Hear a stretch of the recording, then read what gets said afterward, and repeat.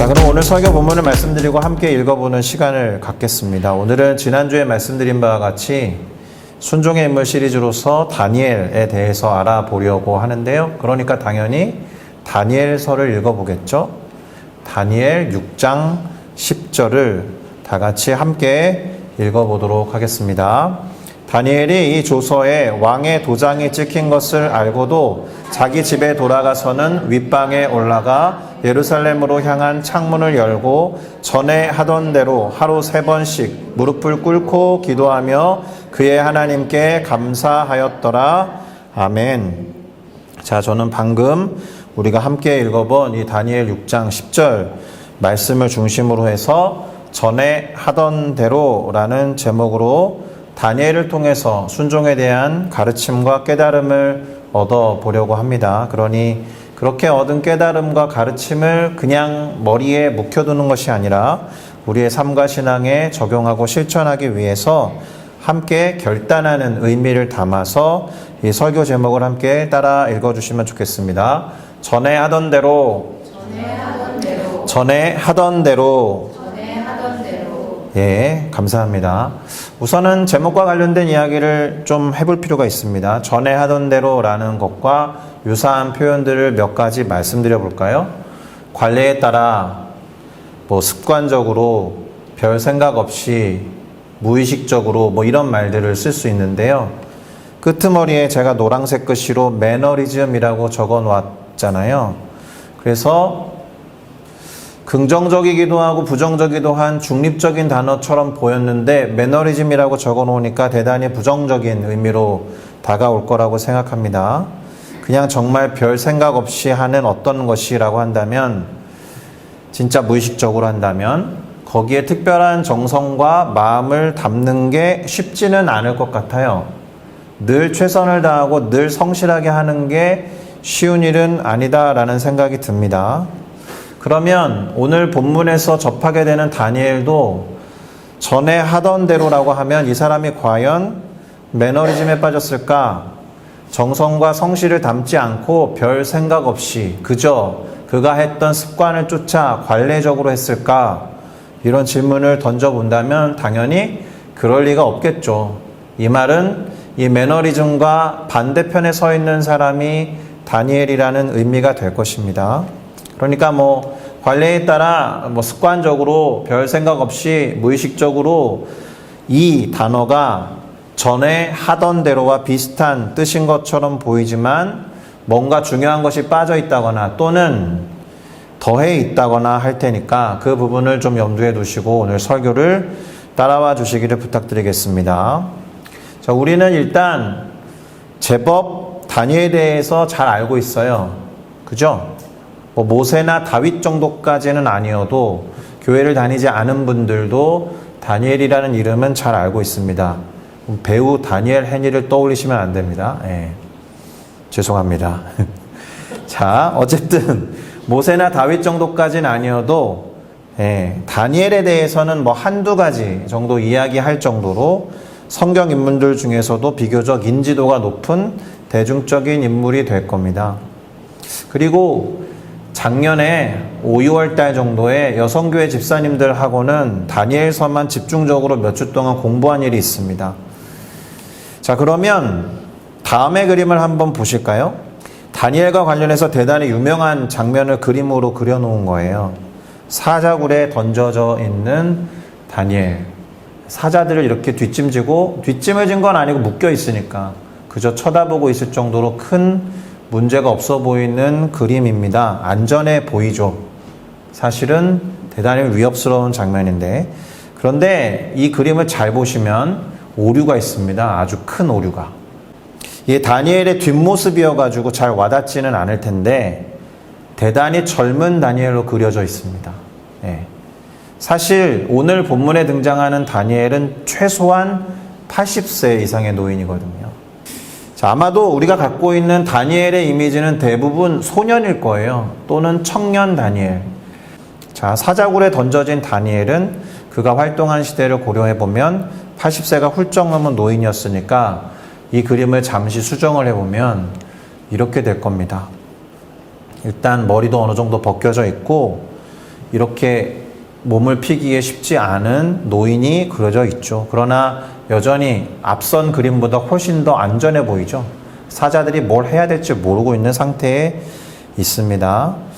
다시 확정적으로 말씀드리는데요. 오늘 본문에서 만나는 다니엘은 80세가 넘은 노인이다라는 거예요. 일단 이 사람이 바벨론 제국에 의해서 포로로 끌려갔을 당시에는 10대였어요.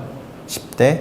그런데 그 바벨론 제국이 멸망한 다음에 그 지역의 패권을 잡았던 나라는 메데와 페르시아 제국이거든요. 그러니까 이 바벨론 제국으로부터 이미 70년의 포로 생활을 마치고 1차 포로 기환으로 예루살렘으로 이미 자신의 민족들이 돌아간 뒤에 벌어진 일이에요.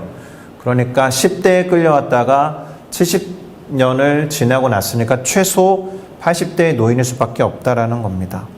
자, 그러면 우리가 이미 많이 알고 있는 다니엘이겠지만 오늘 본문이 기록하고 있는 다니엘은 어떤 사람일지 함께 살펴보려고 합니다. 먼저는 다니엘 6장 1절에서 2절을 읽어보면서 알아가 볼 텐데요. 제가 읽어드릴게요. 다리오가 자기의 뜻대로 고관 120명을 세워 전국을 통치하게 하고 또 그들 위에 총리 셋을 두었으니 다니엘이 그 중에 하나이라. 이는 고관들로 총리에게 자기의 직무를 보고하게 하여 왕에게 손해가 없게 하려 함이었더라. 아멘. 자, 일단 이 본문을 통해서 알 수 있는 다니엘은 메데 및 바사, 그 페르시아 제국의 다리오라는 왕의 시절에 고위 관료 120명을 관장하는 3명의 총리 중 한 사람이었다라는 거예요. 두 번째, 다니엘 6장 3절은 다니엘에 대해서 다음과 같이 또 기록합니다. 다니엘은 마음이 민첩하여 총리들과 고관들 위에 뛰어남으로 왕이 그를 세워 전국을 다스리게 하고자 한지라. 아멘. 자, 어떻습니까? 다니엘은 80세 노인이었음에도 불구하고 마음이 무척이나 민첩하고 3명의 총리 중에 1명이었는데 다른 2명의 총리들보다 120명의 고위 관료들보다 뛰어나서 왕의 전폭적인 신뢰를 받고 있는 사람이었다. 그의 어떤 권한과 그의 책임이 더 확장되면 될지 점점 줄어들거나 또 다른 사람으로 대체될 만한 인물은 아니었다. 자, 그러면 이런 사람한테는 반드시 누가 존재합니까? 정적이 존재해요. 정치적인 라이벌들이 존재합니다. 당연히 시샘과 질투를 받을 수밖에 없죠. 그래서 그 다음 구절이 그런 내용을 기록해요. 예, 다니엘 6장 4절에서 5절은 이런 내용이 기록되어 있습니다. 이에 다른 2 총리겠죠. 다른 2 총리들과 고위 관리들이 국사에 대하여 다니엘을 고발할 근거를 찾고자 하였으나 아무 근거도 아무 허물도 찾지 못하였으니 이는 그가 충성되어서 아무 그릇됨도 없고 아무 허물도 없음이었더라. 그들이 이르되 이 다니엘은 그 하나님의 율법에서 뭔가 근거를 찾지 못하면 도저히 고발할 수 없을 것이다. 이렇게 말을 합니다. 어떻습니까? 다른 총리들과 고관들이 시기하고 질투해서 고발할 근거를 찾고자 하였으나 그가 워낙에 충성되어서 그릇 행한 것이나 허물이 없어서 고발할 근거를 찾지 못했고, 그러면 어떻게 해야 되냐? 그를 고발하기 위해서는 그가 섬기는 하나님의 율법과 관련 지어서 근거를 찾을 수밖에 없는 그런 사람이 다니엘이었다. 다시 말하면 어떤 음모나 모함을 위한 설계가 아니고서는 고발을 할 수 없을 정도로 다니엘은 충성스럽고 허물과 그릇 행함이 없는 청렴한 사람이었다라는 거예요. 그러니까 다니엘을 음해하고 고발하고자 했던 무리들이 음모를 꾸미고 작전을 설계할 수밖에 없잖아요. 예, 그렇게 마음 먹었으니까. 안 그러면 자신들의 출세길이 이 이방인 다니엘에게 막혀서 더 나아갈 수가 없을 테니까. 그러면 이 사람들이 어떤 음모를 꾸몄을까? 그 다음 구절을 통해서 또 살펴볼 수 있습니다. 다니엘 6장 7절부터 8절인데요. 제가 읽겠습니다. 나라의 모든 총리와 지사와 총독과 법관과 관원이 의논하고 왕에게 한 법률을 세우며 하나의 금령을 정하실 것을 구하나이다. 왕에게 찾아간 거예요. 왕이여, 그것이 무엇이냐? 이제부터 30일 동안 누구든지 왕 이외의 어떤 신에게나 어떤 사람에게나 무엇을 구하는 기도를 하거든, 예배를 하거든 사자굴에 던져 넣기로 한 것입니다. 우리가 이렇게 합의했으니 왕이여 그렇게 해주십시오. 이렇게 이야기하는 거예요. 그리고 또 왕이여, 원하건대 이 금령을 세우시고 이 금령을 세우겠다라고 하는 조서에 왕의 도장을 찍어 메대 제국과 바사 제국의 전통에 따라 왕이 인을 찍으면 그것은 왕이라도 바꿀 수 없는 규례를 따라 다시 고치지 못하게 하옵소서 하매, 이렇게 된 거예요.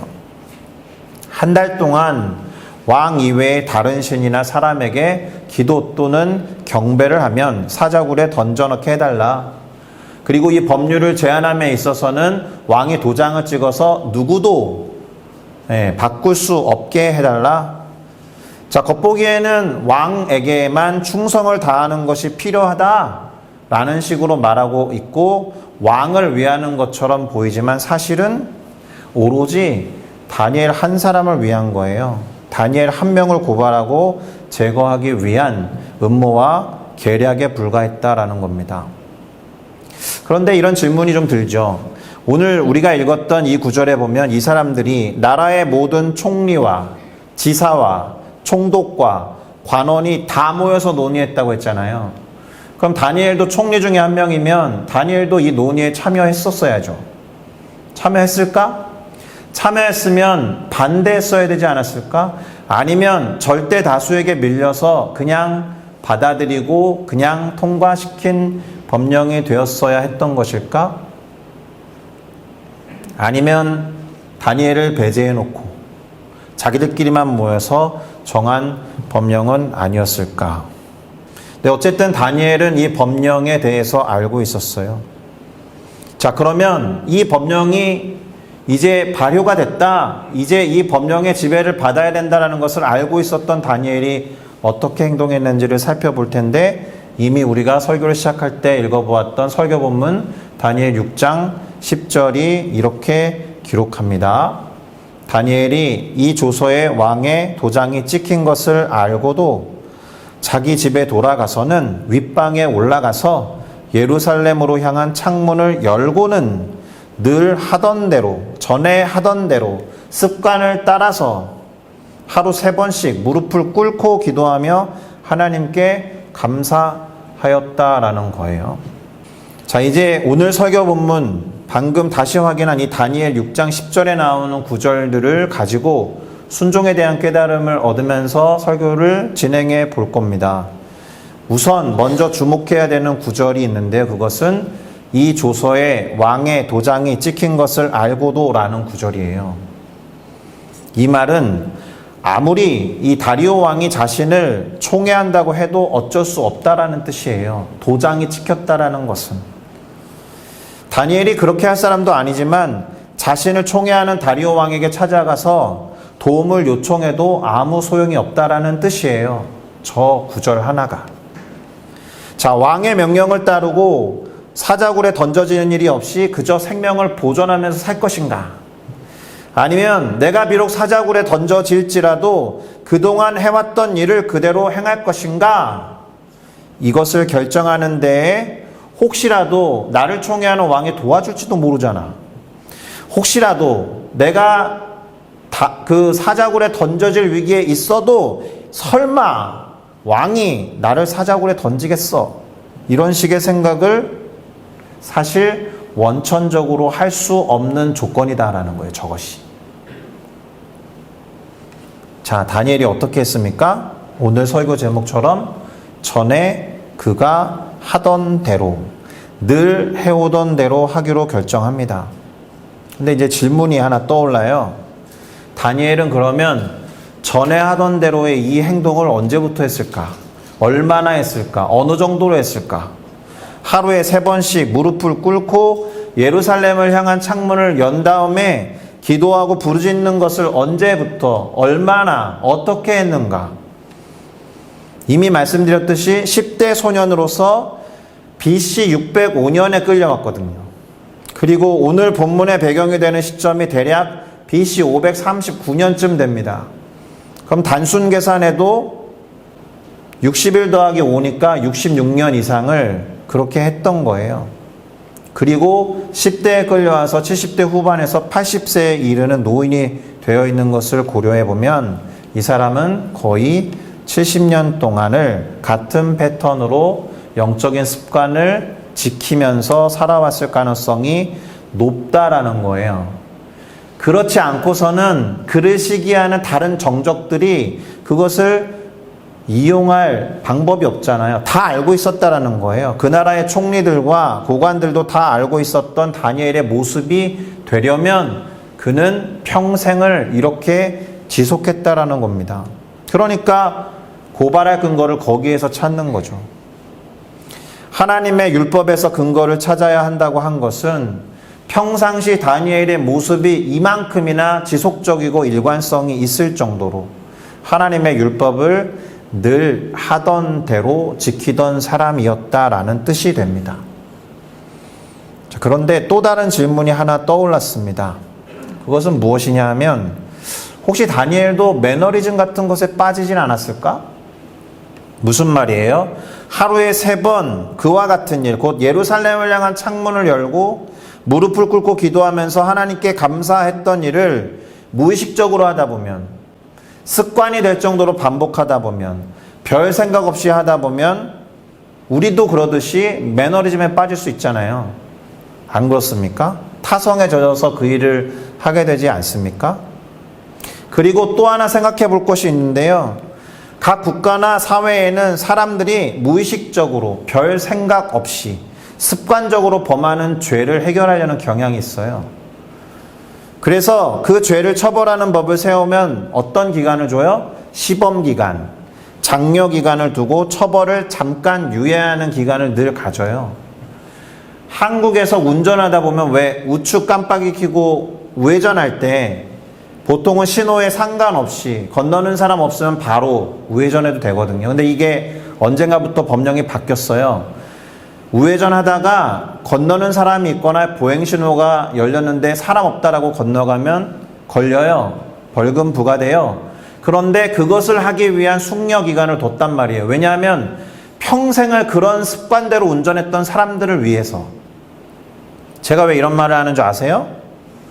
다니엘이 말입니다. 만약에 늘 하던 대로 별 의미 없이 생각 없이 무의식적으로 습관적으로 이렇게 하고는 습관적으로 하루에 3번 무릎 꿇고 창문을 열고 예루살렘을 향하여 부르짖던 일을 별 생각 없이 습관적으로 무의식적으로 타성에 젖어서 했다면 실수입니다.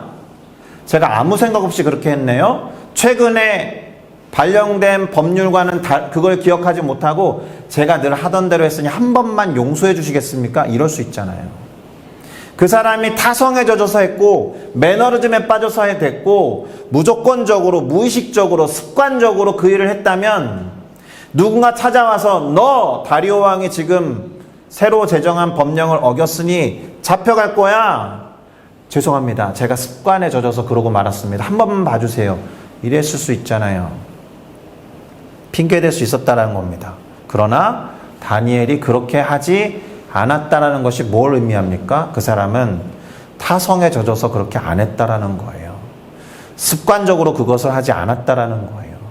언제나 하루에 3번 무릎을 꿇고 예루살렘을 향한 창문을 열고 하나님께 기도했던 것을 늘 정성을 다하고 최선을 다하고 의식이시 깨달음을 가지고 신앙인의 분명한 태도로 임했었다라는 거예요. 이때에 그래서 전에 하던 대로라는 말은 그가 늘 지켜왔던 원칙과 소신의 의미가 되는 거예요. 자, 두 번째로 우리가 주목해야 하는 문구는 예루살렘으로 향한 창문을 열고입니다. 제가 왜 이 문구에 주목을 했냐 하면 잘 보세요. 예루살렘을 향한 창문만 열지 않아도 들키지 않고 은밀하게 기도할 수 있을 것 같거든요. 문을 걸어 잠그고만 있어도 소리는 안 나갈 테고 기도하는 것을 멀리서 이렇게 탐색하듯이 지켜보는 이 정적들에게 걸리지 않을 수 있거든요. 이게 일종의 타협의 가능성이 있을 수 있다라는 거예요. 예루살렘으로 향한 창문만 열지 않아도. 소리를 지르던 것만 좀 조심하면, 문만 좀 닫아도 들키지 않고 원래 하던 것을 할 수 있다라고 생각하기 쉬운데 그는 그러지 않았다라는 겁니다. 자, 왜 그는 예루살렘 쪽으로 난 창문을 열어서 기도하면서 부르짖었을까요? 그것은 수백 년 전 솔로몬이라는 왕이 예루살렘의 성전을 완공한 다음에 하나님께 드렸던 기도 때문에 그래요.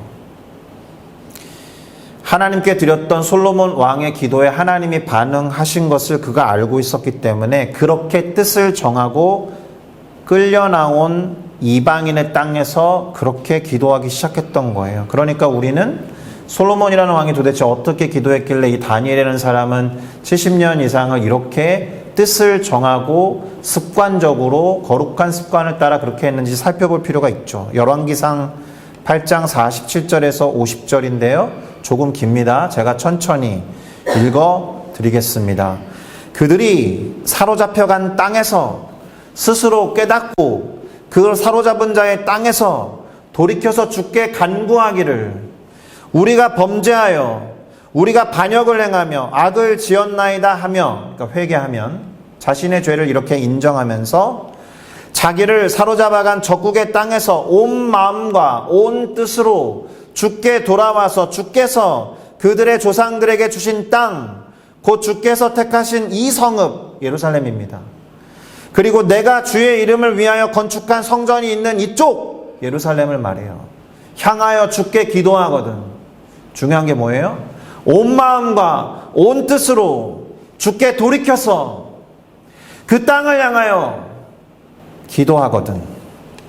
주는 계신 곳 하늘에서 그들의 기도와 간구를 들으시고 그들의 일을 돌아보시며 주께서 범죄한 백성을 용서해 주시고 주께 범한 그 모든 허물을 사하시고 그 죄 때문에 사로잡혀갔다면 사로잡아간 자 앞에서 끌려간 그들을 불쌍히 여김을 얻게 하셔서 그 사람들로 그들을 불쌍히 여기게 하옵소서라고 기도한 이 솔로몬의 기도에 하나님이 응답하셨기 때문에 우리 민족이 지금 죄를 범해서 바벨론 땅, 메소포타미아 지역으로 끌려와 있는데 끌려온 이 땅에서 우리가 지은 죄를 회개하고 주님께 그 예루살렘을 향하여 두 손을 들고 기도할 때 들어주십시오라는 이 기도 때문에 이 사람은 우리가 왜 망해서 끌려가고 있지라는 것을 인식함과 동시에 솔로몬이 했던 기도를 떠올리고 하나님께 기도하기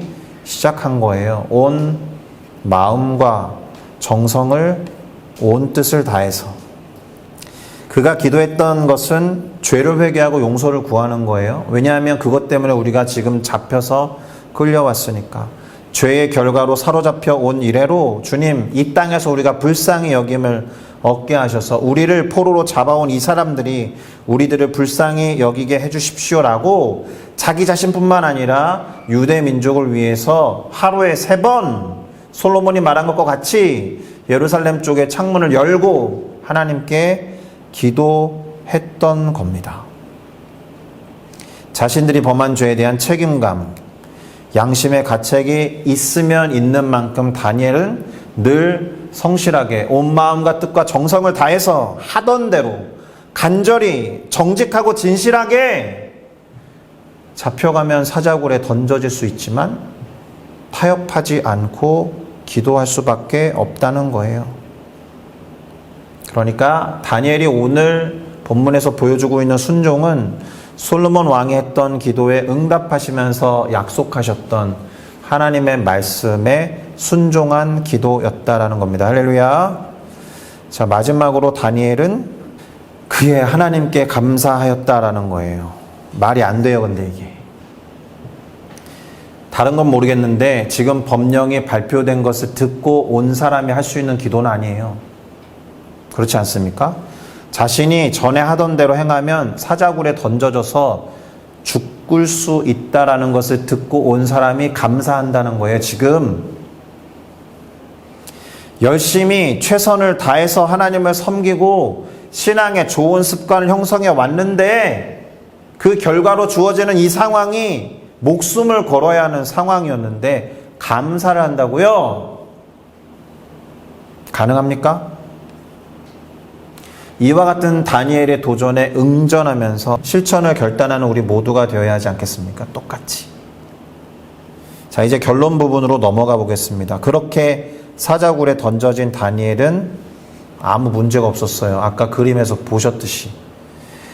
오히려 노심초사하던 다리오가, 왜냐하면 아까운 인재를 지금 죽음으로 잃을 수 있었으니까, 자기가 도장만 안 찍었으면 그 명령을 철회할 수 있었는데 자기 탓인 것 같아가지고 사자굴에 던져진 다니엘을 걱정하던 다리오 왕이 하루가 지나고 그에게 안부를 물었을 때 다니엘이 다음과 같이 대답합니다. 다니엘 6장 21절에서 22절입니다. 다니엘이 왕에게 아뢰되 왕이여 원하건대 왕은 만수무강하옵소서.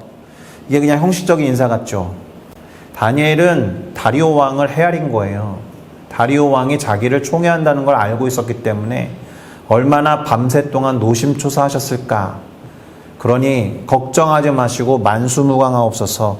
나의 하나님이 이미 당신의 천사를 보내어 사자들의 입을 봉하셨으므로 사자들이 나를 상해하지 못하였사오니 이는 나의 죄 없음이 그분 앞에 명백하게 드러났고 또 왕이여 나는 왕에게조차도 해를 끼치지 아니하였나이다. 자, 여기에서 주목해야 하는 구절은 먼저는 나의 무죄함이 그 앞에 명백함이오며 라는 겁니다. 이게 원래 근동지방에서 어떤 죄인이 사자굴 같은 데 던져졌을 때 무탈하게 살아나오면 죄가 없다라는 게 증명되는 풍습이 있었어요. 사자굴에까지 던져졌는데 무사했다 그러면 이 사람은 죄가 없다라고 선언할 수 있는 어떤 테스트와 같은 것도 이 사자굴 형벌에 포함된 의미예요.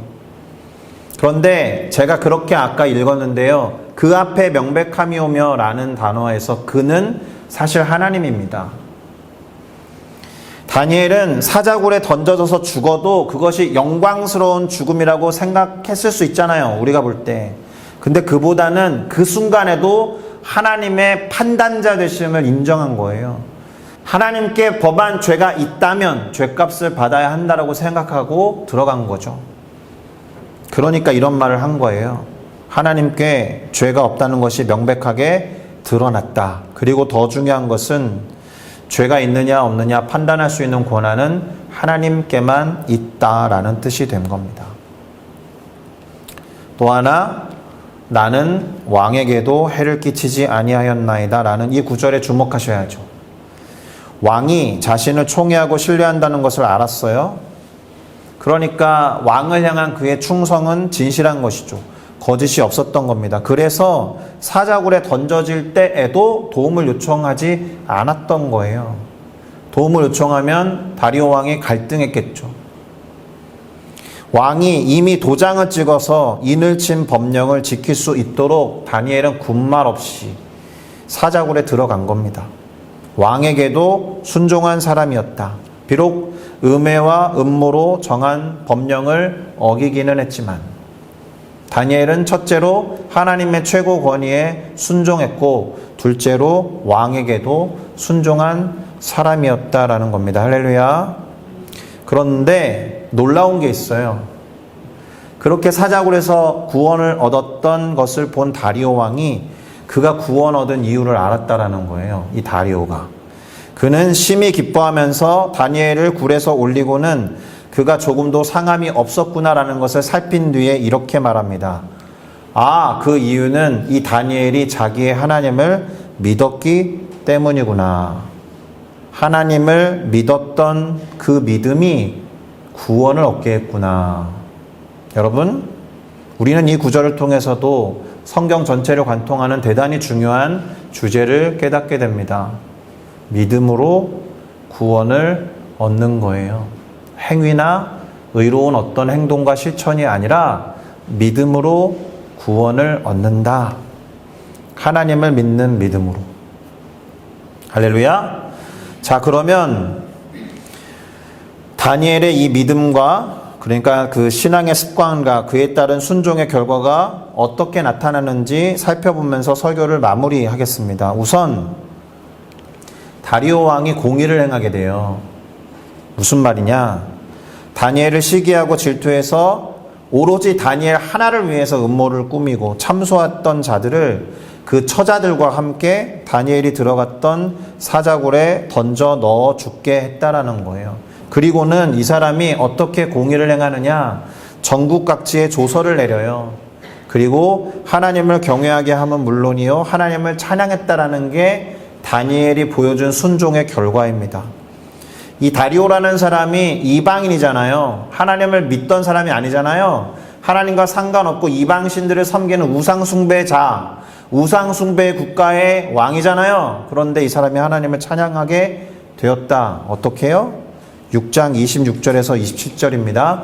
그는 살아계시는 하나님이시오, 영원히 변하지 않으실 이시며 그의 나라는 멸망하지 아니할 것이요 그의 권세는 무궁할 것이며 그는 구원도 하시며 건져내기도 하시며 하늘에서든지 땅에서든지 이적과 기사를 행하시는 이로써 다니엘을 구원하여 사자의 입에서 벗어나게 하셨음이라. 이 사람이 부른 유일한 찬양이었는지 모르지만 하나님이 어떻게 일하셨는지를 알고 보고 경험한 이 이방인이 하나님을 이렇게 찬양했다. 하나님을 몰랐고 경외하지도 않았던 사람이 다니엘을 통해서 적어도 이 순간에만큼은 이렇게 변화된 겁니다. 대단히 놀랍지 않습니까? 살아계신 하나님을 보게 되었다. 할렐루야. 그리고 오늘 본문은 어떻게 마무리되고 있느냐? 다니엘의 형통을 기록하며 끝이 납니다. 자, 그렇다고 순종하니까 형통했다라는 것이 결론이겠습니까? 아닙니다. 우리가 이 설교를 마무리하면서 생각해 봐야 하는 것은 이런 거예요. 신앙의 습관과 습관적인 신앙을 구별하셔야 됩니다. 신앙의 습관을 형성하는 것은 대단히 필요하고 좋은 일입니다. 신앙의 올바른 습관, 신앙의 규칙적인 습관, 신앙의 거룩한 습관을 형성하는 건 필요해요. 말씀을 묵상하는 것이나 읽는 것이나 기도하는 것이나 정기적인 예배에 참석하는 것이나 헌금을 어떻게 하나님의 음성을 듣고 드리는 것이나 이런 습관을 형성하는 건 좋은데 습관적인 신앙은 대단히 위험합니다. 매너리즘의 신앙, 아무 생각 없이 맹목적으로 하는 신앙이 있다면 돌이키셔야 됩니다, 여러분. 이것은 순종에 대해서도 마찬가지예요. 무조건 순종한다는 말이 매너리즘처럼 되면 안 된다라는 거예요. 뭐 그냥 순종하는 거야, 그냥 순종해. 이거 말고 기꺼이 정성과 뜻을 모아서 내가 순종해야 될 대상이 누구인지를 아는 사람으로서 그렇게 순종하는 우리 모두가 되어야 할 줄로 믿습니다. 다니엘이 습관적으로 하루에 3번 기도하다가 법이 만들어진 줄 모르고 실수했습니다, 한 번만 용서해 주세요, 이렇게 말하지 않았다라는 것은 그의 전에 행했던 대로, 이전에 그가 행했던 대로 그가 습관적으로 했던 것이 결코 매너리즘이 아니었다라는 것을 증명합니다. 그러니 마음을 잘 담고 전심을 다해서 진실하게 순종해야 하는 줄로 믿습니다. 할렐루야. 다시 말씀드립니다. 다니엘에게 있어서만큼은 전에 하던 대로가 매너리즘이 아닌 이유가 있어요. 그가 위기 상황에서도 한결같이 그렇게 했기 때문입니다. 습관적인 신앙과 신앙의 거룩한 습관이라는 것의 차이는 그래서 위기 상황에서 드러나요. 내가 신앙생활 하다가 힘듦을 직면했을 때 드러난단 말입니다. 자, 정리하겠습니다. 순종과 관련해서 우리는 다니엘이 사자굴에 던져지는 형벌을 감수하면서까지도 순종한 인물이라는 것을 이미 익히 잘 알고 있어요. 물론 그가 하루에 3번씩 예루살렘을 향하여 창문을 열고 무릎을 꿇고 기도하면서 하나님께 감사한 행동이 직접적으로 너 그렇게 해 라는 말씀에 근거해서 한 순종은 아닙니다. 그런 기록이 나와 있지는 않죠.